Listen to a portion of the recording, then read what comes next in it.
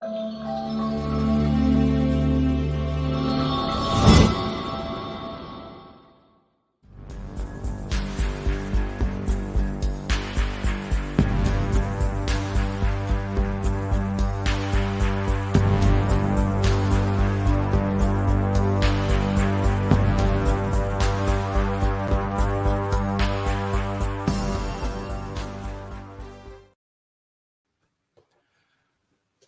a todos, bom 2023 para toda a gente.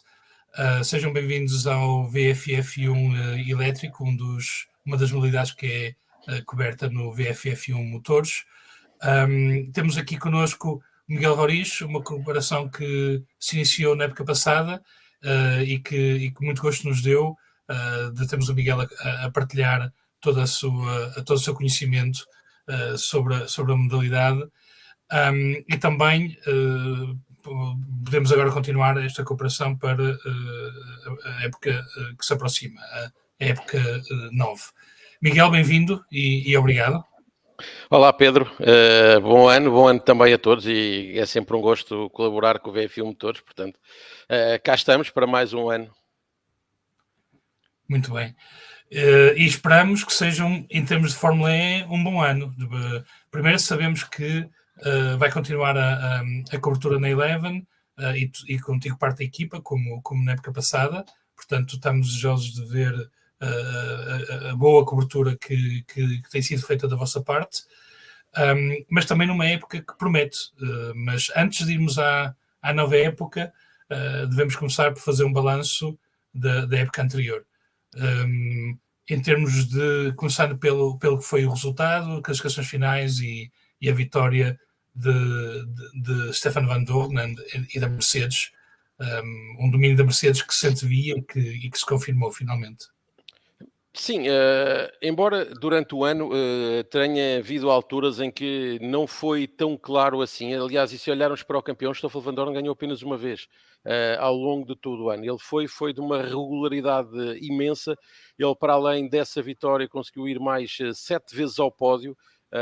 E acabou aí por cavar toda a diferença. Ele só por uma vez não pontuou ao longo do ano, foi precisamente na corrida do México, a corrida que vai abrir o campeonato no próximo fim de semana. Só dessa vez é que ele não pontuou, e isso aí acabou por ajudar muito o belga a ser campeão. A Mercedes tinha ganho há 2 anos com o Nick de Vries, o holandês não esteve ao mesmo nível, nem de perto. É verdade que ganhou logo a primeira corrida em Díria e depois voltou a ganhar em Berlim, mas tirando isso só conseguiu mais um pódio, abandonou por 4 vezes, não pontuou também em Roma, nas 2 corridas italianas, e portanto isso acabou por colocá-lo muito longe da discussão do título. A Mercedes tinha dado nota desde o início que ia ser forte, que ia estar forte, confirmou-se. Também com outra estrutura, com o Eduardo Mortara no carro da Rocket, a estar na luta pelo título durante muito tempo.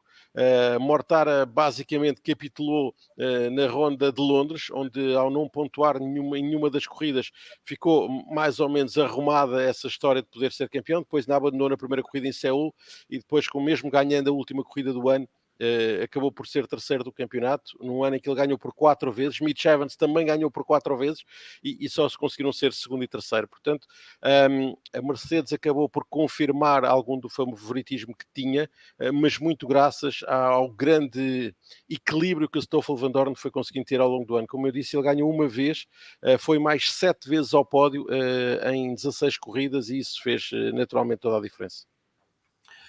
Uma das coisas que a mim me impressionou na época do Stoffel Van Dorn foi a capacidade dele de recuperar durante a corrida. E acho que isso foi impressionante. Penso que também terá tido aí um papel a Mercedes e a estratégia da Mercedes com o attack mode, com a gestão dos attack modes, o que muitas vezes complicou a vida ao nosso Félix da Costa.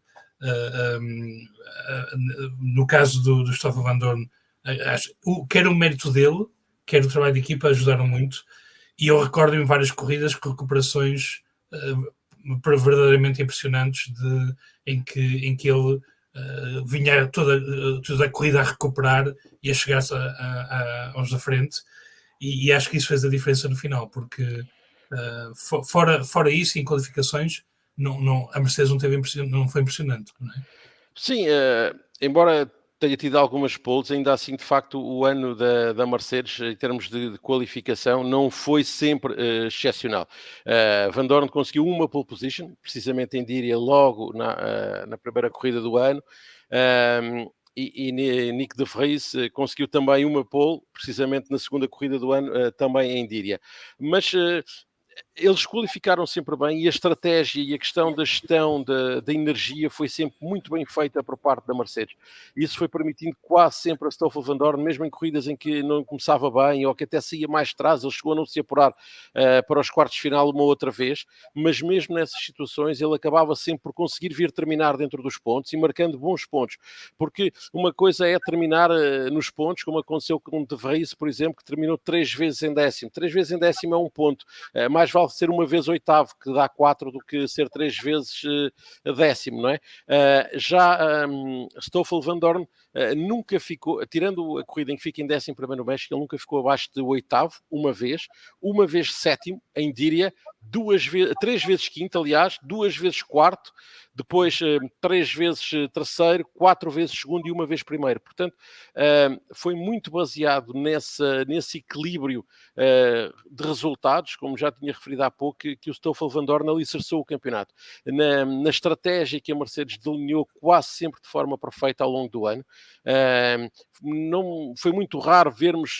cá está, e aqui foi mais no carro até do belga do que do holandês. Nick de Vries, assim, teve mais dificuldades, até em termos de estratégia, teve alguns problemas mecânicos, que, como disse, o obrigaram a abandonar algumas vezes, e nunca conseguiu ter uma época ao nível daquilo que tinha tido no ano anterior. Mas eu acho que também muito concorreu para esta situação o novo modelo de qualificação que tivemos na época passada, mas já lá iremos, que eu acho que concorreu também muito para este bom resultado do Stoffel Van Dorn e este tipo de posições que ele foi conseguindo ter sempre ao longo do ano. Aí comparando com os segundos e os 6 classificados, Mitch Evans e Eduardo Mortara, que tiveram cada um, se não me engano, 4 vitórias, mas tiveram várias corridas, 4 ou 5 cada um, sem pontuar. Portanto, é aí que se destaca a regularidade, tu dizias, de Stoffel Van Dorn e da Mercedes. E com Stoffel Van Dorn em primeiro, Mitch Evans em segundo, e Mercedes e Rocket em primeiro e segundo também, confirma-se a superioridade da Power Unit da marca alemã. Sim, isso era algo que se tinha comprovado no ano anterior e que se voltou a confirmar para a época passada. A Mercedes esteve verdadeiramente ligada ao campeonato durante 2 anos. Durante 2 anos ganhou por equipas, ganhou por pilotos. Foi a melhor equipa sempre a demonstrar que veio para o campeonato para vencer e agora vai embora, deixa a porta aberta para outros. Vamos ver o que vamos ter em relação à época de 2023, sabendo que não há nem equipa nem unidades motrizes da Mercedes. Muito bem. Falando um pouco em termos gerais, e obviamente destacando o Van Dorn e a sua vitória, quais foram para ti os destaques desta época, tanto em termos de pilotos como em termos de marcas? Acho que o Stoffel Van Dorn, acima dos outros, sobretudo pelo ritmo que conseguiu ter e pelo equilíbrio que conseguiu ter em termos de resultados, como já referi. Depois, é assim, quando temos 2 pilotos como Mitch Evans e Eduardo Mortara, ganham 4 vezes cada um, tem que ser destaque. Num campeonato que normalmente ninguém conseguia ganhar mais do que 2 corridas no ano e já era muito difícil ganhar por 2 vezes, 3 vezes, então era muito, muito complicado. Mitch Evans e Eduardo Mortara conseguiram desmontar essa teoria. Cá está, outra vez acho eu alicerçado muito no novo sistema de qualificação, e 4 vitórias para cada um são naturalmente grande motivo de destaque. A Rocket faz uma época a todos os títulos sensacional. É verdade que passou a contar também com um outro piloto muito rápido, como é Lucas Di Grassi, um piloto que já foi campeão, que tem uma história imensa neste campeonato, embora noutra estrutura, sempre ligado à Audi. Passou a época passada pela Rocket, com a saída da Audi do campeonato, ele passou pela Rocket, e esteve a um bom nível. É verdade que nunca esteve no patamar de Eduardo Mortara, mas ele acaba a 40 pontos de Mortara. e portanto voltou a ganhar uma corrida. Ele ganha quase todos os anos, ganha uma corrida, e portanto isso também tem aqui algum peso, e acho que acabou por ser uma boa época também para Lucas Di Grassi. Portanto, acho que em termos de equipas, a Mercedes, ou as suas estruturas, a Mercedes oficial e a Rocket, foram talvez quem esteve em maior destaque. E depois também a Jaguar, especialmente Mitch Evans, conseguiu um grande resultado. O Jean-Henrique Verne esteve muito bem até Marrakech, e depois nas últimas 6 corridas do ano, as 2 de Nova Iorque, as 2 de Londres e as 2 de Berlim, basicamente desapareceu da discussão. Ele até essa altura estava completamente dentro da luta pelo campeonato, mesmo ainda não tendo ganho, não conseguiu ganhar nenhuma corrida ao longo do ano, e era outra das boas notas de destaque.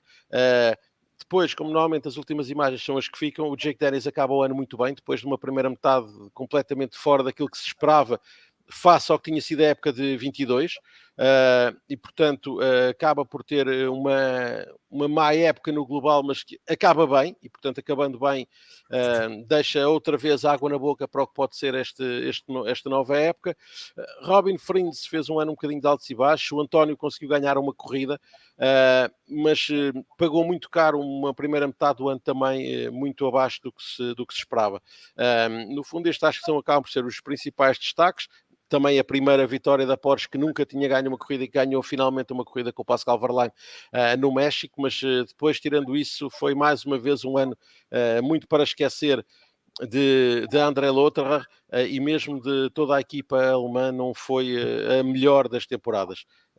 Diria que em termos de pontos positivos terão sido estes as principais notas de destaque. E se me permites adicionar um pouco ao que tu disseste, o Lucas Di Grassi, que celebra também 100 IPRI, que é recordista, e é também o recordista em termos de poles, de pódios e vitórias, se não me engano. Corrijo-me se eu estiver enganado. Sim. Seguido tem esses números. Do Sebastián Buemi. Portanto, e digo isto reconhecendo o mérito, embora não seja um dos pilotos que mais me agrada, acho que é demasiado duro em pista, mas temos que reconhecer o que conseguiu, e uma vitória também esta época em Londres, não é? Sim. Londres, que tinha-lhe ficado aquele resultado do ano anterior um bocadinho atravessado, como eu digo, porque ele tinha tido da bandeira preta.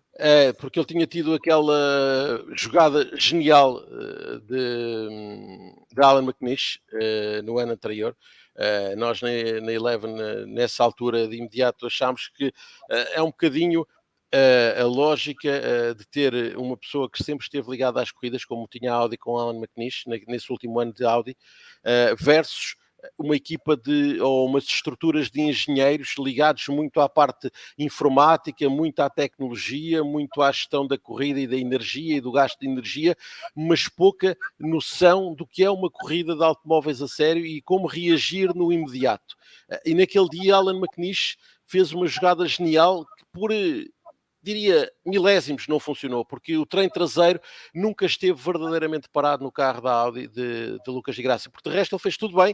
Ele entrou na box, parou no local certo e o carro esteve imobilizado, de facto. Só o trem traseiro nunca continuou a trabalhar durante mais, não sei, não chegou sequer a meio segundo, portanto foi algo ali mesmo muito pouco tempo, e que caso tivesse sido imobilizado, ele teria ganho a corrida. Teria sido uma grande jogada, como eu acho que independentemente disso foi, de inteligência, cá está, é uma expressão que se usa às vezes, que é a ratice das corridas, o ter a sensibilidade do momento e perceber que a partir daquele dia as regras mudaram na Fórmula E, por exemplo, por causa daquele manobra da Audi, não é? É o que em inglês chamam racecraft, ter essa experiência, esse know-how de corrida, esse know-how de corrida que o McNish tem, que poucas gente dentro das estruturas da Fórmula E tem, porque cá está, são poucas pessoas ligadas verdadeiramente ao mundo das corridas. Há muito a lógica do engenheiro, da gestão, da preocupação com a gestão da energia, com tudo isso, mas há pouca preocupação com o que é de facto uma corrida, que é o que aquilo é, mais do que os engenheiros estarem nas boxes quase a dirigir os carros, não são. Há pilotos lá dentro e aquilo é corrida. E essa manobra foi claramente uma manobra de corrida que não funcionou. Para McNish não funcionou, para Audi não funcionou, mas que deixou uma porta aberta e que obrigou de imediato a Fórmula E a alterar as suas regras. Muito bem, pegando noutra coisa que tinhas referido em relação às meias épocas de Vergne, que curiosamente estavam em contraciclo com as de António Félix da Costa, porque primeira parte da época muito boa de Gev e má de Dak, e a segunda parte da época inverteu-se um pouco, não é? Embora, inclusive com uma vitória para António Félix da Costa em Nova Iorque, na segunda de Nova Iorque. Pronto, confirmando mais uma vez, já na época passada, depois de ter sido campeão, ele tinha conseguido uma vitória, portanto teve 2 épocas em que não teve tão bem, mas em KDS também não teve tão bem, não é? Em geral. Sim, a época passada nós falámos disso, tenho ideia que falámos disso aqui também no VF1 Motores, falámos seguramente durante a época na Eleven, prendeu-se muito com a primeira metade do ano do Jean-Henrique Verne foi muito melhor que a do António. E num campeonato um bocadinho atípico face àquilo que tinha sido a história da Fórmula E até ao momento, porque cá está, não chegámos a ter 14 pilotos a poder ser campeões no último fim de semana. O campeão fez 214 pontos, não fez 99 como tinha feito, 213, não fez 99 como tinha feito Nick de Vries na época anterior. Portanto, com aquela nova dinâmica de qualificação, as equipas tiveram que muito mais cedo na época apostar as fichas num piloto.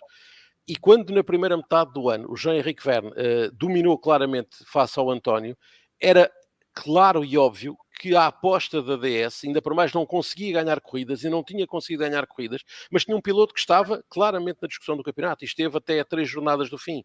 Portanto, era muito óbvio que a aposta tinha que ser ali. Como a Mercedes, a aposta teve que ser em Van Dorn, como na Rocket, a aposta teve que ser em Mortara, como na Jaguar, a aposta teve que ser em Mitch Evans, porque teve que ser assim. Não havia espaço para as equipas estarem a dividir a atenção ou estarem preocupados em ter dois pilotos com hipótese de lutar pelo título.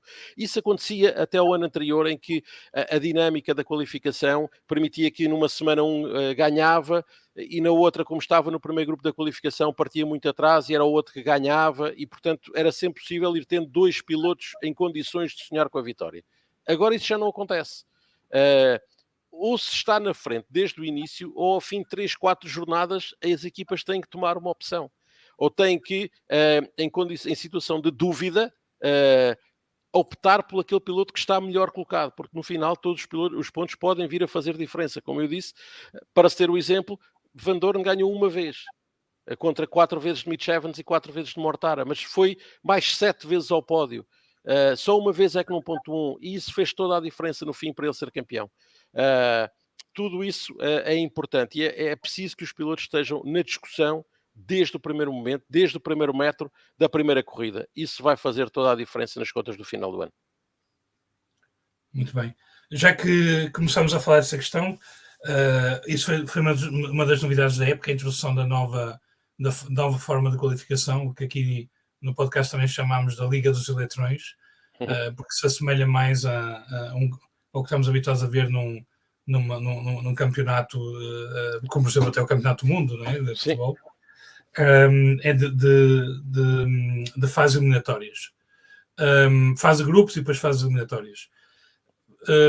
Tu já falaste um pouco do principal impacto que teve em relação às regras anteriores, portanto, só para recapitular, anteriormente havia uma inversão, ou melhor, os pilotos pior classificados saíam para a pista no momento mais favorável, quando a pista já estava em melhores condições, e isso permitia que normalmente tivessem melhores tempos do que o primeiro grupo. Portanto, agora há mais equidade em termos de condições e nota-se mais então quer os melhores pilotos, quer os melhores carros fazem mais diferença na qualificação do que faziam antes. Portanto, as poles representam melhor o potencial de equipas e pilotos, não é? Sim, claramente.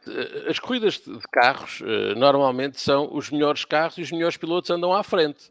A Fórmula E tentou durante vários anos, até à época passada, portanto, durante as primeiras 7 temporadas, subverter isto em prol de ter um campeonato muito equilibrado em que permitisse termos muitos pilotos a discutir o campeonato até ao fim. Porque os 6 primeiros do campeonato eram os 6 primeiros a ir para a pista numa sessão de qualificação e tinham 4 minutos para fazer a sua volta. Depois vinham os 6 seguintes do campeonato, depois os 6 seguintes e, portanto, e por fim os 6 últimos do campeonato. E acontecia, invariavelmente, os pilotos do primeiro grupo não passarem à fase, não ficarem bem classificados. Eram os do segundo e do terceiro grupo que iam discutir a Superpole. E normalmente fazia com que, vamos imaginar, o António Félix Acosta era líder do campeonato quando chegávamos à terceira corrida do ano. Mas era eliminado, saía de 14º, o piloto que estava no grupo 3 saía da pole, ganhava a corrida e saltava de 13º do campeonato para segundo. E, entretanto, o que estava em nono saltava para primeiro. E às tantas tínhamos um lote de pilotos que poderiam ganhar o campeonato no último fim de semana, que se alargava para aí até 14. Mas eram, no fundo, um equilíbrio criado um bocado artificialmente pela própria organização do campeonato, por este modelo. E eu entendo que o que foi adotado no ano passado, que passou a ser 2 grupos de 11, os lugares ímpares do campeonato e os lugares pares do campeonato, 12 minutos em pista, com a potência normal, com os 220 kW, os 4 melhores de cada grupo avançavam para uma fase eliminar. Isto fez com que, invariavelmente, os melhores pilotos estivessem na fase eliminar. E, portanto, saíam invariavelmente dos 8 primeiros. É verdade que em cada grupo, que só se apuravam 4, haviam 6, 7 que poderiam se apurar e até poderia haver uma surpresa. E aconteceu algumas vezes termos pilotos que depois em corrida tinham dificuldades na gestão de energia, com o carro da Mahindra, por exemplo, o Oliver Rowland, que era um carro que não era muito competitivo, o Alexander Sims também o conseguiu fazer e também não tinha um carro muito competitivo, mas conseguiram numa volta só chegar à fase eliminar e depois conseguir um bom lugar na grelha. Isso aconteceu, mérito para eles, parabéns, grande resultado, mas limitou-se a isso. Mas acho que o campeonato ficou muito mais lógico e faz muito mais sentido termos 4, 5 pilotos a poderem ser campeões a partir de meio do ano, verdadeiramente, e chegarmos ao último fim de semana e se calhar o campeonato está para 2 pilotos ou 3, mas é real, do que artificialmente poderem ser 14, quando isso depois acaba por, às vezes, por não representar o que é o real andamento de cada carro ou o real andamento de cada piloto. E eu acho que isso tornou este campeonato muito mais justo, muito mais correto. Quem anda pior fica no fim da tabela, não há milagres, não pode ser de outra maneira. E por isso eu acho que o campeonato acabou por gerar isto, por dar este equilíbrio entre 4 pilotos, até determinada altura. Depois, como disse, acabou por quebrar o Jean-Henrique Verne, mas acho que foi muito mais justo assim. E, portanto, em suma, mais interessante como método de qualificação, tornando-se entusiasmante a parte das eliminatórias e mais justo. Portanto, uma avaliação positiva desta sim, nova... Claramente que sim. Acho que claramente este é o caminho mais correto. Acho que é o caminho mais justo, sem qualquer dúvida. Acho que foi muito correta esta decisão. Como disse, tornou muito mais justo o campeonato. Premiou muito mais os melhores pilotos e as melhores equipas. E portanto acho que é um modelo que tem tudo para continuar e que é um modelo que eu acho que é muito feliz. Muito bem, Miguel. Para acabar a oitava época, principais desilusões da época? Portanto, pilotos do Sunbird, quando tens um piloto como o Mitch Evans, que ganha 4 corridas e que luta pelo campeonato e o companheiro de equipa não consegue sequer um pódio, e é um piloto com tanta experiência e que em todos os anos na Fórmula E tinha ganho uma corrida, foi o primeiro ano em que não ganhou nenhuma corrida na Fórmula E, foi a época passada, o Sunbird, tem naturalmente que ser uma desilusão. Depois Sebastian Buemi, um piloto com tanta experiência, que já foi campeão e que continua há um par de épocas para cá sem conseguir um resultado de destaque. A Buemi pontuou 6 vezes o ano passado e o melhor que conseguiu foi um 5º lugar. Portanto, claramente uma má época. No geral, os rookies. Giovinazzi apontou pouco. Desculpa, mas Buemi também não terá sido só Boemi, não é? A Nissan também Sim, teve a Nissan, no modo Nissan geral, e Dams. claramente, a Nissan e Dams, depois a partir de determinada altura só Nissan, claramente mal, mas espera-se sempre mais de Sebastian Buemi. Claro que Max Günther também não ajudou, mas Sebastian Buemi, cá está, como eu digo, um piloto que já foi campeão e que tem esta história no campeonato tem sempre que ser pedido um bocadinho mais do que aos outros. Os rookies, Dan Ticktum pontuou uma vez, António Giovinazzi nunca pontuou. É verdade que brilhou bastante em Londres durante a qualificação, ao conseguir colocar o carro da Dragon ali nas primeiras filas. Foi uma extraordinária exibição de Giovinazzi em Londres, mas só isso, o que é muito pouco para um piloto que chegava do Campeonato do Mundo de Fórmula 1 e com tantos pergaminhos, se assim quisermos dizer. Portanto, acabou Giovinazzi por ficar um bocadinho aquém, ou muito aquém do que se esperava. Dos rookies, Oliver Askew acaba por ser o menos mau, pontuou logo a abrir e depois pontua mais 2 vezes na parte final do ano, mas abandonou muitas vezes e ficou várias vezes fora dos pontos. E depois André Lothar, que continua sem ganhar, chegou até a dizer que se ia embora do campeonato. Não foi o piloto que deu a vitória à Porsche, a única que a Porsche tem até agora não foi dele, acabou por ser de Pascal Wehrlein. E, portanto, é mais um ano muito, muito apagado para André Lothar e, portanto, é mais um destaque negativo. Muito bem. Muito obrigado e penso que foi uma boa análise da época passada, também para compreendermos o ponto de partida para a próxima época que promete. E a primeira estrela, ou a principal estrela da próxima época, é o novo carro, o Gen 3, e acho que seria interessante então podermos também conhecer um pouco este carro e o que é que pode trazer para as corridas, o que é que pode trazer em termos de pontos fortes e pode melhorar, que possam melhorar a competitividade também, o interesse destas corridas.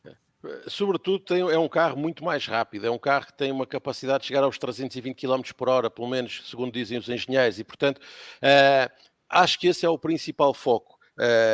Passa a ter 2 unidades motrizes, se quiseres, uma segunda no eixo traseiro, pode chegar até aos 600 kW de potência em determinadas situações, mas quer dizer, o foco maior, parece-me, é que aos poucos tem-se vindo a criar a capacidade do carro poder andar cada vez mais depressa.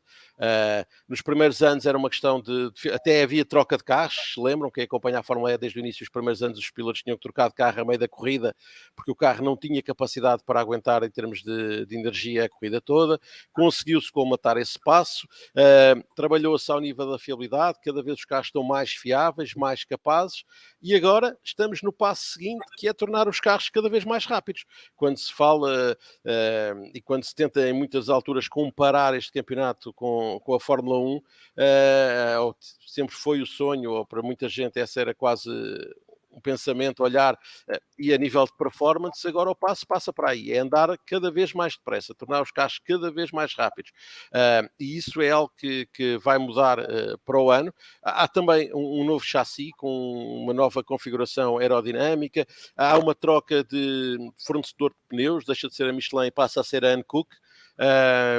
E portanto vamos ver o que é que isso vai conseguir trazer. Há também um aumento da capacidade de regeneração, também cá está graças à segunda unidade motriz. Também deixa de haver os travões, não são hidráulicos atrás, e portanto acaba por criar aqui uma capacidade melhor de regeneração. Agora vamos esperar pela primeira jornada no México para perceber verdadeiramente na prática. No papel parece bom. Os carros foram muito mais rápidos nos testes de Valência, que tem sido a pista normalmente utilizada para testes. Tem sido a de Valência, o traçado do Ricardo Tormo, voltou a ser utilizado nessa perspectiva. Voltou a dar bons sinais. Agora vamos aguardar para tentar perceber depois na prática, a partir de sexta-feira, o que é que no Hermanos Rodrigues, embora cá está, seja também uma pista muito particular, é um traçado muito específico, convém notar essa situação. O facto de ser em altitude, por vezes, dá indicações não tão concretas sobre o que pode ser o resto da temporada. Basta ver a Porsche dominou lá completamente o ano passado a qualificação e a corrida e depois daí não trouxe nada de extraordinário, não tirou mais nada para o resto do ano, mas ainda assim estou com alguma expectativa para ver o que vai acontecer a partir do fim de semana, a partir de perceber o que é que os carros podem de facto produzir agora em condições reais e não em testes, porque sabemos sempre, o teste, por muito parecido que seja com a realidade, é sempre um teste. Deixa-me destacar algumas coisas que eu penso que são importantes. Desta aí um pouco a analogia também com a Fórmula 1. Este carro traz coisas que muitos fãs de Fórmula 1 desejavam para a Fórmula 1, ou seja, um carro de 760 kg, com 1,70 m de largura, portanto, feito precisamente para poder competir em circuitos citadinos e dar mais oportunidades em termos de ultrapassagem. Outras curiosidades que ligam com a Fórmula 1, o chassi é desenvolvido pela Spark, cujo fundador e principal acionista é Frédéric Vasseur, que agora será o líder da Ferrari.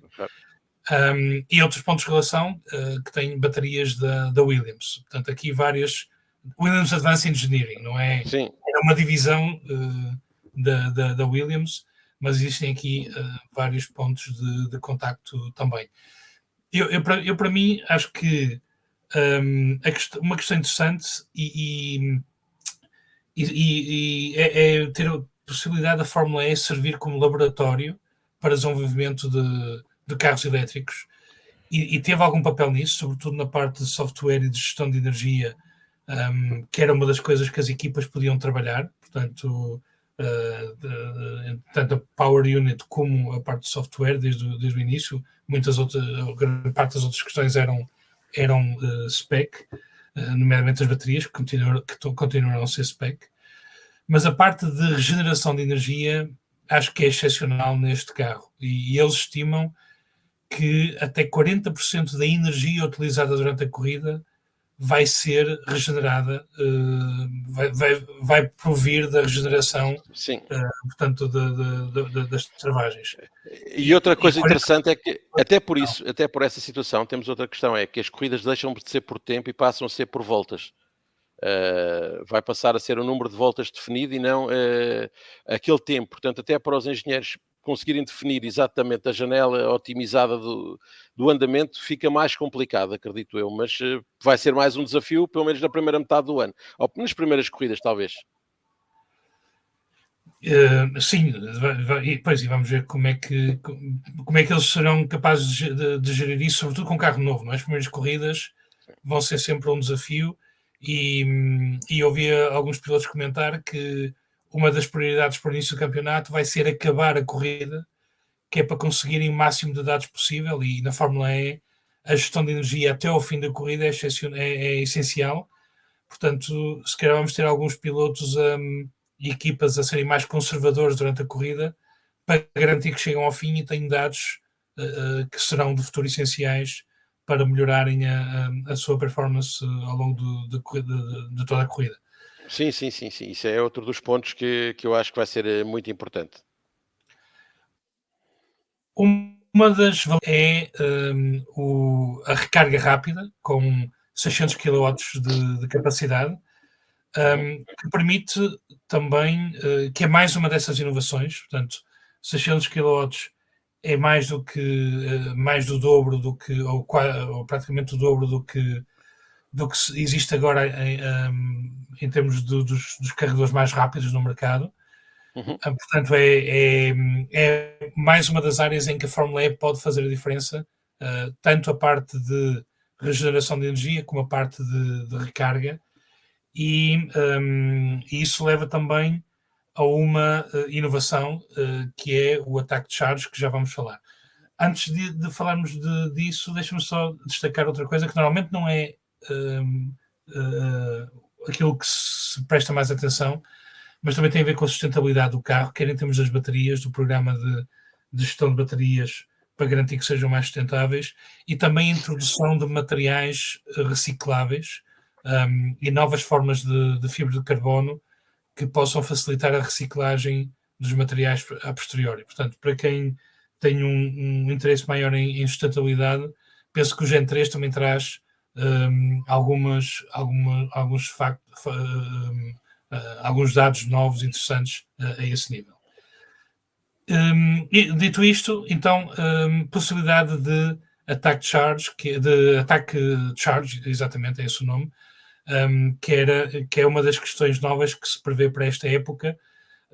Se não me engano, ainda não sabemos bem em que corridas, mas sabemos que irá acontecer em algumas corridas e que permitirá então um carregamento durante a corrida e um uso maior de energia durante a corrida.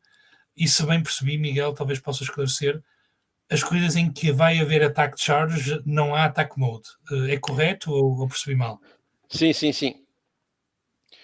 Exatamente, e a questão aqui do Attack Charge já se perspectiva até num passo mais à frente no campeonato, que é não olhando só para aquilo que será esta época, por isso é que são estas corridas de teste do Attack Charge, é numa perspectiva de mais à frente as corridas de Fórmula E poderem passar a ser mais longas, poderem passar a ter mais voltas, durarem mais tempo, precisamente porque passa a ser possível reabastecer. No fundo, é o que é o Attack Charge, é um reabastecimento rápido, toda a gente vai ter que o cumprir, não há como não o fazer, e é esse passo que a Fórmula E está aos poucos a querer dar.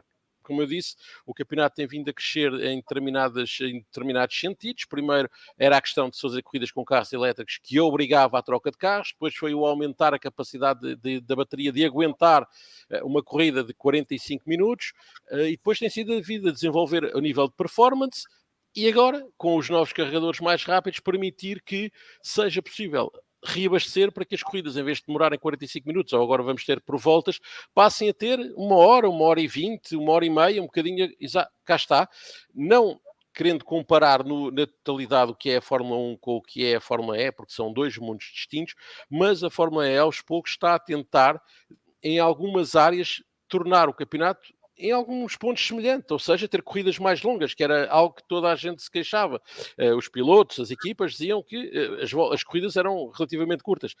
Também permite que tudo seja feito no mesmo dia. O facto de a corrida ser mais curta permite que tenhamos normalmente as duas sessões de treinos livres, a qualificação e a corrida, tudo feito no mesmo dia. Se calhar, se o programa passar para corridas mais longas, se calhar passamos a ter um programa diferente. Mas ainda assim, é tudo na perspectiva de dar um cada vez maior impacto ao campeonato.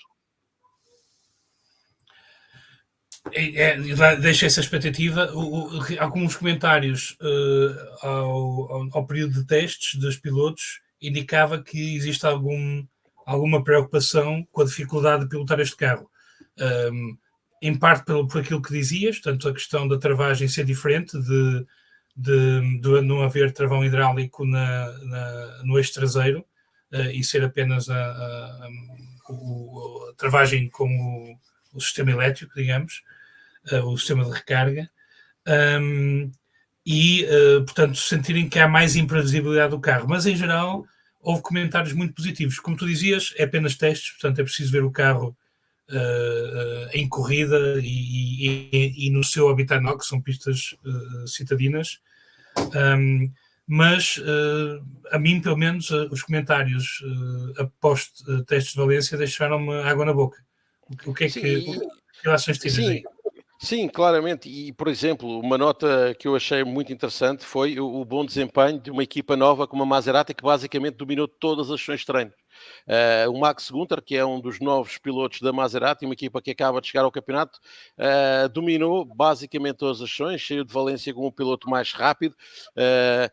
Mais uma vez, um enorme equilíbrio. Na última sessão de testes, no último dia, na última sessão, na sessão de testes número 7, tivemos 15 pilotos a caberem em menos de 1 segundo. É verdade que só 20 carros é que andaram, mas 15 pilotos cabiam em menos de 1 segundo e 18 cabiam em menos de 1 segundo e 1/10.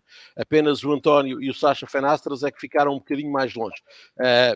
Outra das notas foi a dificuldade que me pareceu de existir, pelo menos nesta fase inicial da Porsche, que nunca mostrou um andamento ao nível da grande parte das outras equipas. Houve equipas que que andaram sempre muito bem, a Maserati, agora a nova equipa da DS, a DS Penske, mesmo a McLaren, a Jaguar e a Porsche, para já, pelo menos, não esteve no mesmo patamar.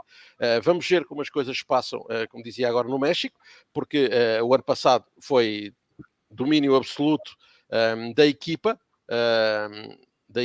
da Porsche no Hermanos Rodrigues, mas a ideia que me dá é que vamos ter carros muito interessantes, muito mais performantes. Isso é muito importante, como dizia, para o campeonato, para elevar o campeonato para outro patamar, até para atrair eventualmente outros pilotos, embora o plantel seja de uma enormíssima qualidade. Volta a ser um plantel de pilotos que já deram quase todos eles provas de muita qualidade, já ganharam vários campeonatos, já participaram em quase todos os patamares que é possível. Há pilotos que já passaram pela Fórmula 1, portanto, há pilotos do Campeonato do Mundo de Resistência, quase todos eles, e portanto, mais uma vez, é um plantel de enormíssima qualidade. Os testes, aquilo que me mostraram acima de tudo foi, de facto, esse salto qualitativo em termos de performance, e que agora temos que ver traduzidos no papel e perceber se de facto a Maserati chega com todo este andamento. Juntou-se à Rocket, é verdade que ajuda, porque a Rocket é uma boa estrutura, como demonstrou no ano passado, mas ainda assim é um propulsor novo que chega ao campeonato e que dá cartas logo a abrir. Pois, essa é a questão, porque das equipas verdadeiramente, portanto, das novidades, é o facto da Maserati vir com um novo propulsor, porque os outros são de equipas que já estavam no campeonato. Portanto, temos o da Porsche, que serve duas equipas, temos a Nissan, com o seu próprio, temos a NIO, temos, estava a faltar mas temos, portanto, várias equipas com experiência que desenvolveram os seus. Temos a DS, claro, que desenvolveram os seus próprios, e a Mahindra e o Jaguar.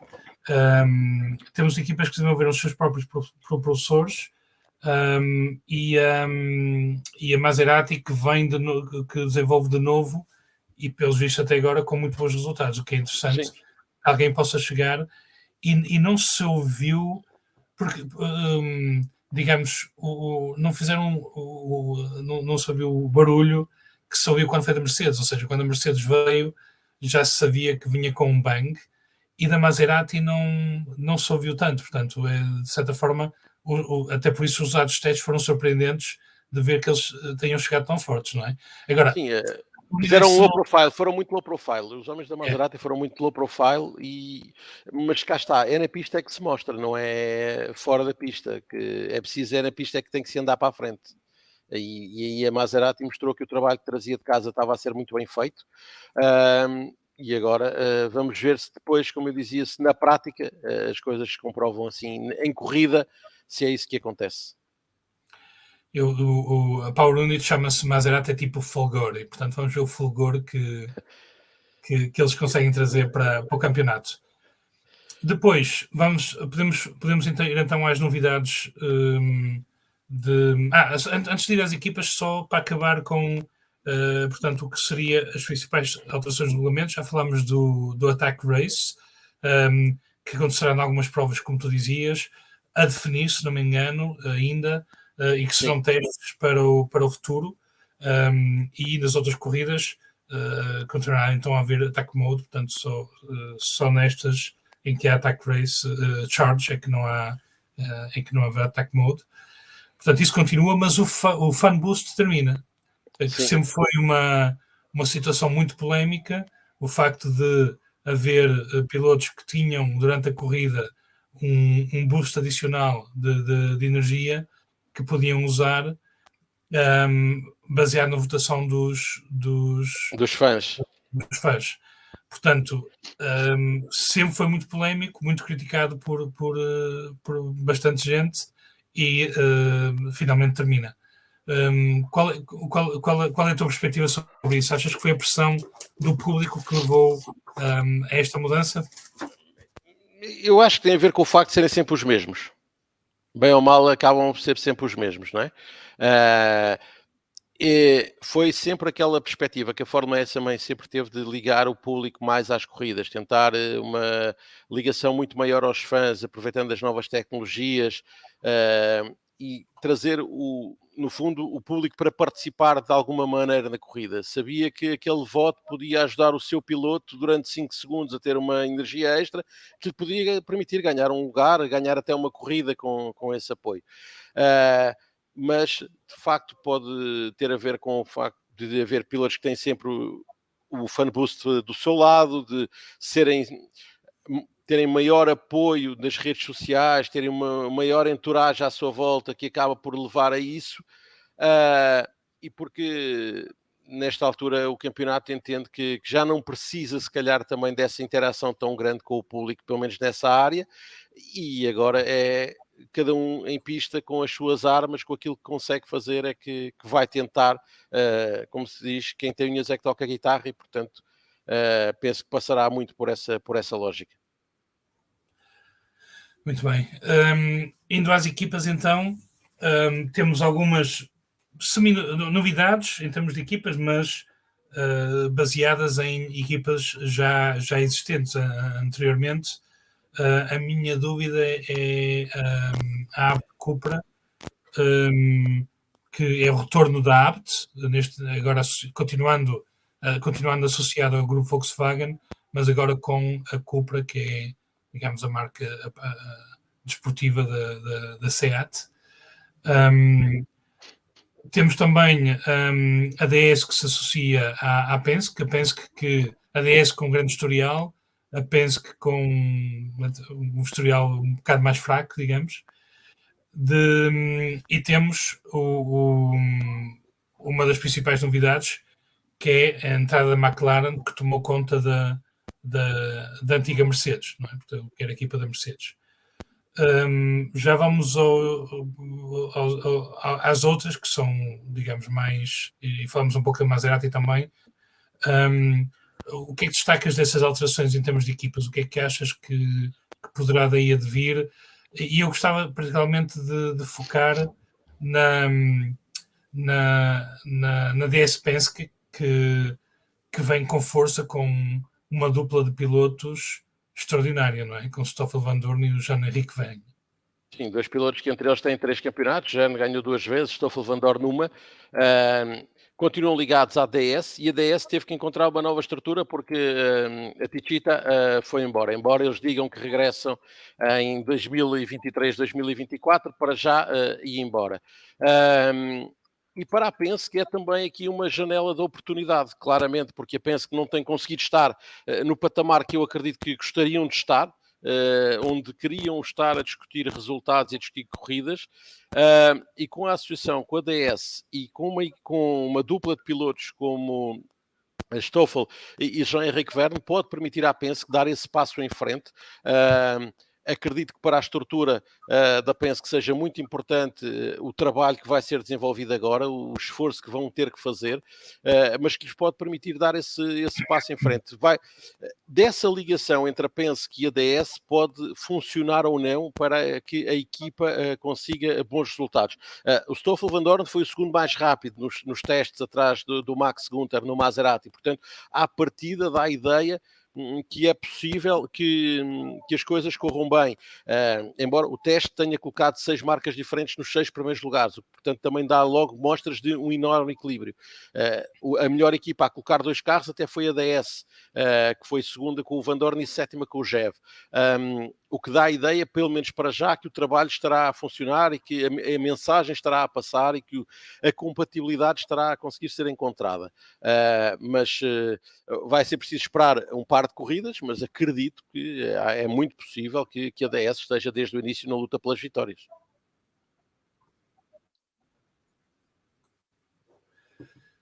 E continuando com as novidades, o que é que achas da McLaren, que era uma estrutura vencedora, não é? A estrutura da Mercedes?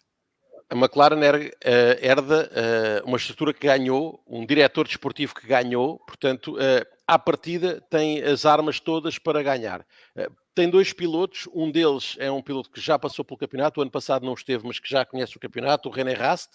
Depois tem o Jack Hughes, que é um piloto que passou muitos anos na Fórmula 3, era quase avô dos pilotos todos na Fórmula 3, e que tem agora aqui a oportunidade de fazer algo diferente na carreira, de tentar dar um passo em frente na sua carreira, tentar encontrar um caminho que lhe permita ter sucesso. No fundo, é isso que ele vai à procura.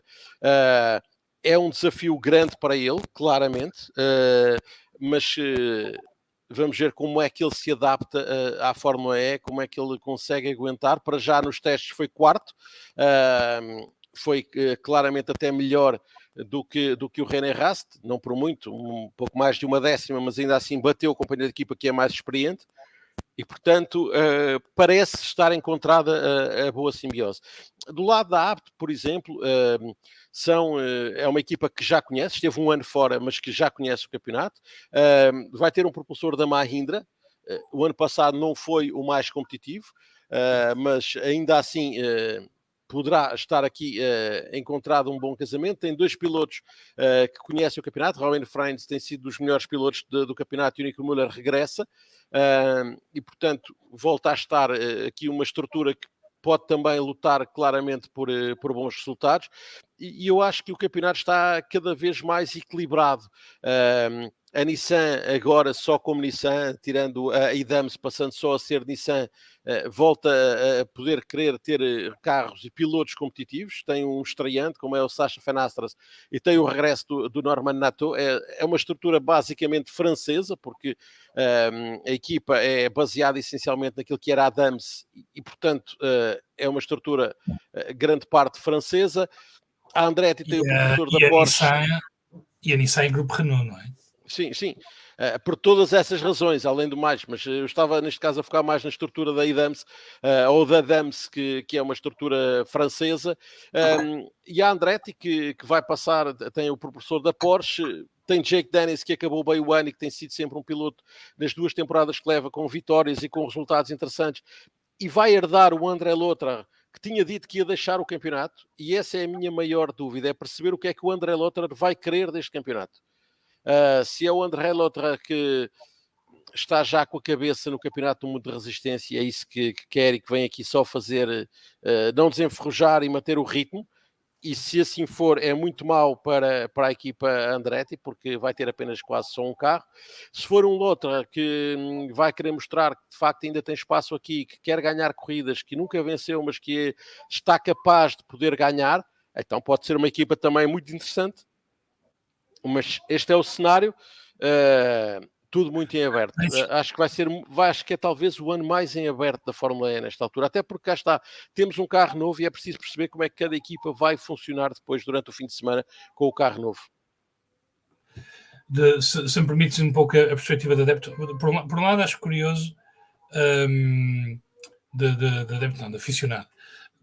Acho curioso André Lottar estar na Fórmula E, porque a justificação para ele sair da Porsche era que a Porsche queria para o campeonato de resistência, a Porsche, eu penso que queriam para o campeonato de resistência pilotos focados só num projeto. Exclusividade. Portanto, ele sai da Porsche, da Fórmula E, com base nisso, e agora regressa para outra equipa. E dando a minha perspectiva de adepto, já tenho a equipa para odiar, porque tanto a Andretti, porque tem feito na Fórmula E até agora, não a Andretti em geral, mas pelo que tem feito na Fórmula E, e tanto Jack Dennis e André Lotterer não me cativam muito, bem pelo contrário, portanto já tenho aqueles para quem torcer contra. O ódio de estimação, já tens o teu ódio de estimação. O meu ódio de estimação, exatamente. Falavas da Nissan e da aposta da Nissan com a unidade motriz. A Nissan que vem de uma época bastante má, como falávamos há pouco, mas fiquei. O que me parece interessante é ser a Nissan a fornecer a McLaren. Portanto, o que é que achas? Voltar a McLaren, peço desculpa por isso, mas o que é que achas desta hipótese da McLaren de se juntar na Nissan? Porque é um bocado um tiro no escuro, não é? Porque a Nissan tem credenciais no passado, mas não nas épocas mais recentes, não é? Sim, esse pode ser o maior problema, mas para já parece funcionar. E muitas vezes pode acontecer que o problema, ou poderia acontecer que o problema não estivesse centrado exclusivamente ou só na unidade motriz, como parece que não estaria, mas mais na dinâmica e na forma como a equipa deixou de funcionar. Parece-me que a mensagem não estava a passar e que havia ali alguma incompatibilidade entre a estrutura da Nissan, ou a parte que era Nissan e a parte que era Dams. Talvez seja por aí o principal problema nesta altura, ou fosse esse o maior problema. E talvez nesta clara separação de águas, Nissan por um lado, e só Nissan, deixando de ter a estrutura da Dams, possa permitir à equipa respirar de outra maneira e conseguir trabalhar da forma que considera mais correta. Muito bem. Para acabar, só um pedido de um comentário que acho interessante, a Envision, que é uma equipa relevante também, com já pergaminhos na modalidade, que vai mudar para a Power Unit da Jaguar, as quais estiveram bastante próximas no ano passado. A Jaguar acabou em quarto e o campeonato, e a Envision logo atrás em quinto. Que te parece esta aposta na Power Unit da Jaguar? Parece uma boa opção. Eu, olhando para a equipa, diria que Nick Cassidy e também o Sebastian Buemi podem ser uma equipa interessante. O Nick Cassidy tem tido épocas, não diria excepcionais, mas também não tem sido más. Ele tem feito os seus resultados, não está ainda verdadeiramente consistente para poder lutar por vitórias regularmente, mas tem sido um piloto muito capaz. E o Sebastian Buemi, se calhar, estava a precisar deste novo desafio na carreira para poder encontrar espaço para se motivar. Eu acho que ele precisava de algo diferente para encontrar uma janela de motivação, e eu acho que pode passar por aqui precisamente essa opção. Esta nova motivação para o Sebastian Buemi pode estar aqui com esta passagem para a Envision, uma decisão que já foi tomada até muito cedo no ano, soube-se com alguma antecedência que ele ia para a Envision, e eu acho que esse pode ser um passo muito importante para a carreira e para aquilo que é o futuro do Sebastian Buemi neste campeonato. Muito rápido, quais seriam as tuas principais apostas para este ano? 3, 5 pilotos? Nesta altura, é difícil apostar em 2 pilotos da mesma equipa por aquilo que eu expliquei há pouco. Eu acho que as equipas não vão querer ter 2 pilotos da mesma equipa a discutir campeonatos, e que isso não vai acontecer. Essa lógica está um bocadinho morta à nascença. E, portanto, eu diria que acho que o campeonato irá passar por um piloto, talvez, da Maserati, um piloto da Penske, um da Jaguar, que mantém a estrutura, e depois não sei se mais alguém vai estar verdadeiramente em condições de poder discutir o campeonato até ao fim. Acredito que vão haver pilotos a ganhar corridas, muitos pilotos a ganhar corridas, se calhar tantos ou mais do que o ano passado. Acho que o campeonato, como disse, vai ser extraordinariamente interessante, muito equilibrado. Agora, não sei até que ponto haverá espaço para que a luta pelo campeonato seja para mais do que um piloto de cada uma destas estruturas. Agora, depois, na DS, dizer entre Stoffel e Jev, vai depender, eu acho, de quem começar melhor a temporada, entre Gunter e Mortara. Talvez Mortara, porque conhece a equipa, está mais habituado, está, no fundo, na sua zona de conforto, talvez consiga ter um melhor desempenho, se assim quisermos, e depois, na Jaguar, Mitch Evans, por aquilo que foi o ano passado, talvez seja o piloto preferido dentro da própria equipa, mas é muito difícil dar uma opinião muito mais alargada do que isto. Dizer algo muito diferente é difícil. E indo à Porsche e António Félix da Costa, tendo em conta o que dizias das equipas apostarem num piloto, com o novo formato de qualificação ser mais provável que eles apostem num piloto, ele tem uma dificuldade, que é equipa nova, quando o colega de equipa é um piloto da casa, não é? Tem esse problema e tem o facto que me parece que o carro não está a funcionar ainda, se calhar, como a equipa gostaria. Como disse, os testes valem o que valem, mas não me pareceu que o carro estivesse num nível de performance que permitisse grandes veleidades. E esse pode ser a maior dificuldade. A luta com Pascal Wehrlein, eu acho que o António até é melhor piloto e que a partir do momento que se adaptar à equipa e ao carro, vai conseguir estar à vontade e vai conseguir fazer a diferença. Mas não sei se depois, mais do que isso, se a equipa vai conseguir ser consistente ao longo de todo o ano para lhe permitir lutar por vitórias e pelo campeonato.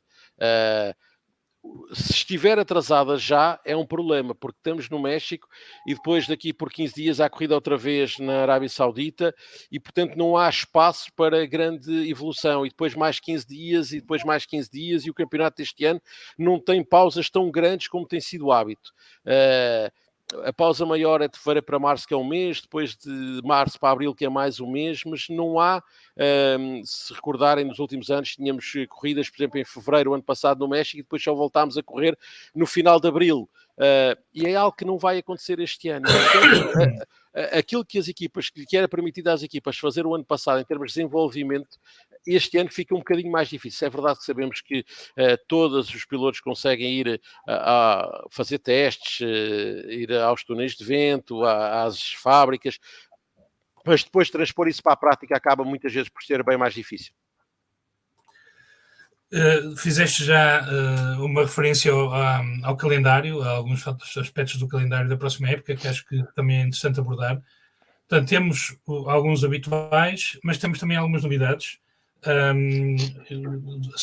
África do Sul, portanto, a cidade do Cabo, a corrida no Brasil, em São Paulo, mas em circuito citadino. A substituição de Nova York nos Estados Unidos por Portland. Como estas são as principais. E ainda a Índia, e ainda a novidade de Índia, Hyderabad, que é logo a terceira ronda do ano. Esqueci-me de uma das principais novidades e pelo que eu vi dos pilotos, aquela que muitos deles estão ansiosos porque não é normal, ou muitos não tinham ainda viajado até à Índia e obviamente não é normal. Aliás, acho que é a primeira vez que a Índia recebe um campeonato, uma prova de um campeonato do mundo de esportes motorizados. Portanto, acho que é destacar também. Recebeu o Campeonato do Mundo de Fórmula 1 a última vez em 2013.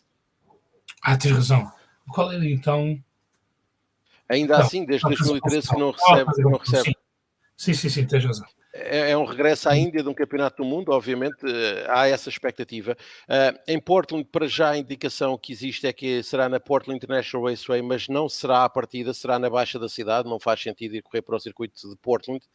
Não que o circuito não tenha condições, porque até tem, é uma das pistas que faz parte do campeonato Indy e do campeonato NASCAR, é uma pista que nem é muito grande, que até se poderia mais ou menos enquadrar no espírito da Fórmula 1, embora tenha zonas demasiado rápidas em que fica difícil a regeneração, mas não é esse o espírito habitual. Os circuitos, tirando o Hermanos Rodrigues, todos os outros circuitos são circuitos citadinos.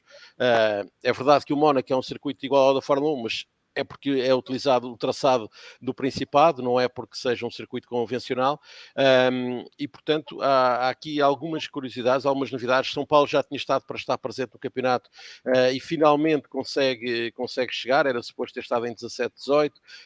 Marrakech sai, mas também Marrakech só tinha entrado o ano passado para substituir a presença ou a incapacidade de Vancouver de receber o campeonato, portanto volta à lógica, mas naturalmente o cenário é o de abertura do campeonato a outros mercados, para outras geografias, que tem sido sempre essa a perspectiva da Fórmula E. Basta ver que só há 4 corridas na Europa, Alemanha, Monte Carlo, Itália e Reino Unido. Depois há uma corrida na América do Norte, uma na América Central e uma na América do Sul, uma corrida em África, e depois temos corridas no Oriente ou na Ásia, a Arábia Saudita, a Índia, a Indonésia, portanto, palcos um bocadinho diferentes daquilo que estamos habituados. É verdade que a Arábia Saudita já recebe o campeonato, mas entre as novidades vamos para a América do Sul, que ainda não tinha recebido no Brasil o campeonato, e era uma vontade do Brasil receber o campeonato. Para a Índia, um mercado que é muito importante para a eletricidade, para os veículos elétricos. Estamos a falar de um país que tem a segunda maior população do mundo, portanto, são tudo mercados para, se pensarmos, se olharmos bem, o México é um dos países com a maior população do mundo, a Índia, o Brasil, os Estados Unidos, e depois mercados fortes da Europa, a Alemanha, o Reino Unido, a Itália.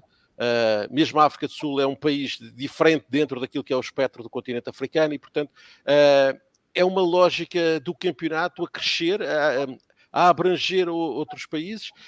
E voltando àquilo que já falámos, na perspectiva de o campeonato passar a ter corridas com reabastecimento, e que as corridas demoram mais tempo, em que se calhar a lógica dos 2 dias de corridas de 2 passa só a 1, e passamos a ter um fim de semana se calhar de 2 dias, com treinos num dia e corridas no outro.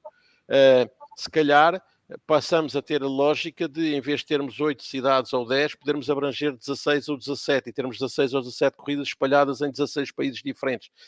E acho que é muito nesse caminho que a Fórmula E está a trabalhar e está a procurar seguir. Aqui tem uma questão que tu já tinhas referido anteriormente em podcasts anteriores, que iríamos voltar ao calendário inicial, que isto de passar época foi uma adaptação por causa da pandemia. Portanto, temos um calendário de janeiro a junho. Sim, nesta altura sim. A perspectiva é que a partir da próxima época as coisas voltem à lógica normal de o calendário a cavalo a 2 anos, ou seja, a época 23-24. Pelo menos é essa a ideia da Fórmula E. Este ano, também porque ainda havia resquício do ano passado da pandemia, foi preciso colocar o carro novo, era preciso algum trabalho de desenvolvimento e de testes, e portanto aquela parte final do ano não dava muito jeito que fosse utilizado para campeonatos já. Era preciso que as equipas recebessem o carro, trabalhassem e estudassem e testassem. Portanto, diria que a lógica pode passar mais porque a partir do próximo ano voltarmos sim a esse cenário de campeonato época 23-24, com o campeonato a começar algures entre outubro e novembro. Vamos ver se isso acontece. A ideia da Fórmula E era essa. Vamos ver se ainda se mantém. O ano passado, quando foi anunciado o calendário, foi também nessa perspectiva de que a partir de 23-24 o calendário voltaria a ser aquilo que sempre pensámos que seria sempre, até surgir algo chamado Covid-19, mas vamos acreditar que vamos conseguir ter o calendário que a Fórmula E deseja, ou seja, a cavalo em 2 anos, e a próxima já será outra vez 23-24. Muito bem. Então, ficamos com o encontro marcado para o México, para o Hermanos Rodrigues, de 14 de janeiro, portanto, o próximo sábado, para quem nos estiver a ouvir esta semana, em que vamos lançar este podcast. Só para confirmar, portanto, a qualificação às 2h40 e corrida às 7 da tarde. Portanto, 2h40 às 8 da noite. Sim, 7, exatamente, desculpa, 7, corrida às 7. Sim. Ou às 8. Às 8, tenho ideia que é às 8. O horário que eu tenho é às 8. Há um treino livre na sexta-feira à noite, e depois a indicação que eu tenho é que a corrida é às 8 da noite, hora portuguesa. A informação que eu tenho é que a corrida é às 8 horas, hora portuguesa. Ok, ficamos com a tua informação. Eu, como estou fora de Portugal, às vezes baralho aqui, tenho aqui no computador baralhadas os fusos horários. Portanto, e a qualificação então, 15h40? A qualificação, os horários que eu tenho para já são qualificação às 15h40, há um treino livre na sexta-feira às 10h30, depois há, sábado à 1h30 da tarde às 15h40 e depois a corrida às 8 da noite. Isto é o horário para já. Não sei se irá sofrer alguma alteração, se às vezes acontece haverem pequenas alterações, mas para já este é o horário que está previsto acontecer a corrida. Muito bem, a confirmar então os horários para ter a certeza para um início de época que promete, num circuito que eu particularmente gosto, em que após ser muito bem o ano passado, portanto esperemos que possa estar bem de novo para melhorar as possibilidades de António Félix da Costa, mas para uma época que eu pelo menos tenho as minhas expectativas bem altas, e espero que se confirmem. Sim, Sim? quer dizer, eu acho que vai ser, e como disse há pouco, acho que vai ser um campeonato extraordinário. Acho que tem tudo para ser o melhor campeonato de Fórmula E até ao momento. Eu também acho que sim. Muito bem, muito obrigado, Miguel, mais uma vez por partilhares as tuas opiniões e o teu conhecimento connosco. Ficamos à espera de te ouvir também nos comentários na Eleven, e desejo de novo de um bom 2023 e numa boa época de Fórmula E também para ti, que fazes parte do circo. Obrigado, Pedro, e é assim, espero que continuem a acompanhar, porque claramente eu acho que é um campeonato em crescimento, que está a dar os passos no sentido certo, que está a crescer de forma sustentável, e que, vou voltar a repetir, com as equipas que temos, com os pilotos que temos e com o novo carro, promete ser o melhor campeonato de sempre de Fórmula E.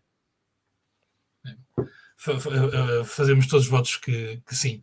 E convidamos todos então a seguir o campeonato, sobretudo aqueles que estão a ressacar das férias em outras modalidades, que possam dar uma oportunidade também à Fórmula E e seguir estas primeiras corridas antes de começar outros campeonatos, como por exemplo a Fórmula 1, e ver o que é que um carro leve, rápido, open wheel consegue fazer.